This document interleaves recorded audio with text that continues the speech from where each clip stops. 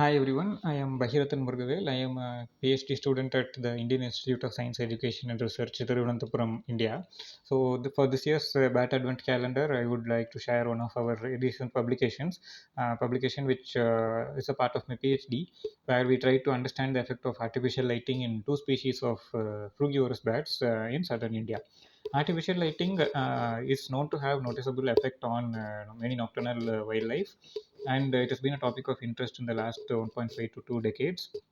When it comes to bats, artificial lighting is known to have species-specific effects, where since artificial lighting could attract more insects, it provides more feeding opportunity for some species of insectivorous bats, and it is known to increase the foraging activity of some species of bats because of this increased foraging opportunity. But there are also other species of bats which are also exposed to more visually hunting predators, so they tend to avoid artificially lit areas in the nocturnal environment. However, there are also other bat species which do not rely on insect diet but they rely on plant diet, and which is the frugivorous bats. And we still don't know much about how artificial lighting is going to affect the activity patterns of the frugivorous bats. Until now, there were only two studies in three species of frugivorous bats from the family Philostomidae, which is all found in the neotropics, on how artificial lighting might have an effect on their activity.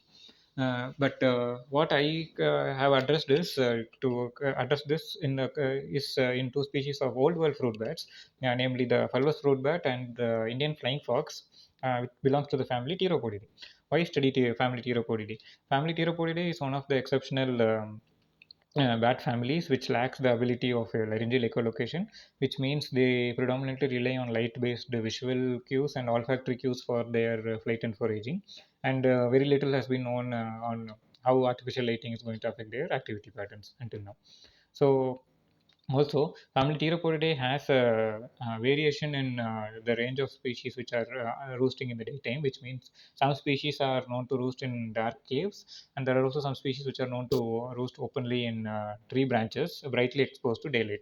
So we still don't know if this daylight exposure itself is going to have an effect in the ability of the species to tolerate or avoid high light levels during the night.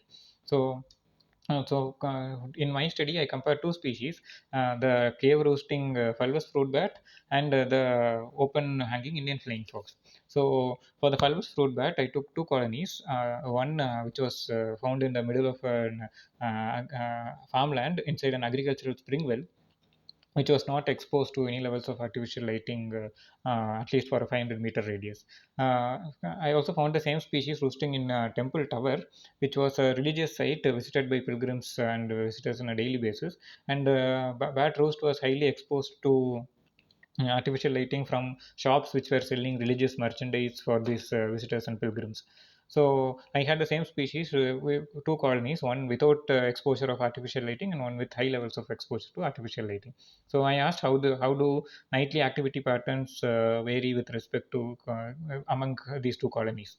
For this, I conducted the whole night observation where I noted the timing of first emergence, where the time of first bat to come out in a given night, and the time of last bat to come out, which is the termination of emergence, and the timing of first bat to come back in, which is the initiation of return, and also the timing of last bat to come in, which is the termination of return or termination of the night activity. What I found was I did this for 4 months in each colony, and what I found was that at the naturally lit colony, flight activity was started around 30 to 40 minutes after sunset, but at the artificially lit colony, flight activity was starting only around 80 minutes after sunset, which clearly shows there is a significant delay in initiation of activity at the artificially lit colony. And this is at the emergence context. What happens at the return context? So, bats at the naturally lit colony terminated their activity well in advance before sunrise in the civil twilight timing, which was relatively darker and earlier than sunrise, compared to the artificially lit colony where bats were emerging very returning late, and they were trying to terminate activity as late as possible. There were also occasions where bats were returning even after sunrise. So what happens here in the species is artificial light is kind of having a noticeable effect where it significantly delays their activity uh, at the activity, which is kind of compensated by a delayed return in the following morning.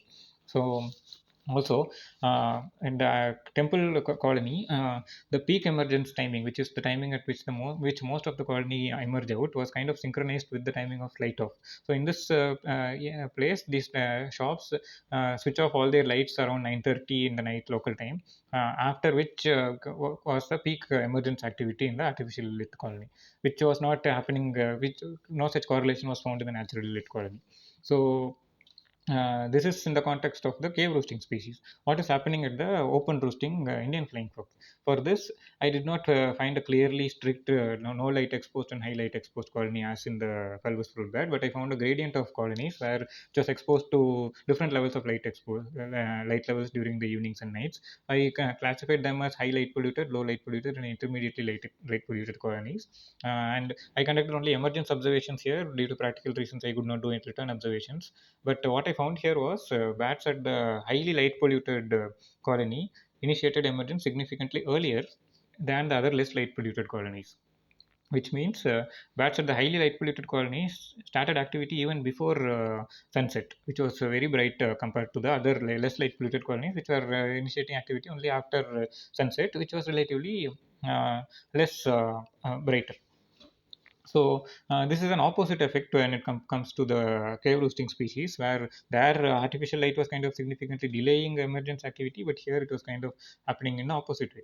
So overall, what this shows is again artificial lighting could have species-specific effect in family Theropodidae also, and we still don't know how it is going to be having an effect on the ecology and physiology of this species, especially in a human bat coexistence context. So one thing is like for the fulvous fruit bats, the artificial lighting is delaying and it's compensated by a delayed return, which exposes them to more day active predators in the night, which could have a negative effect on the species.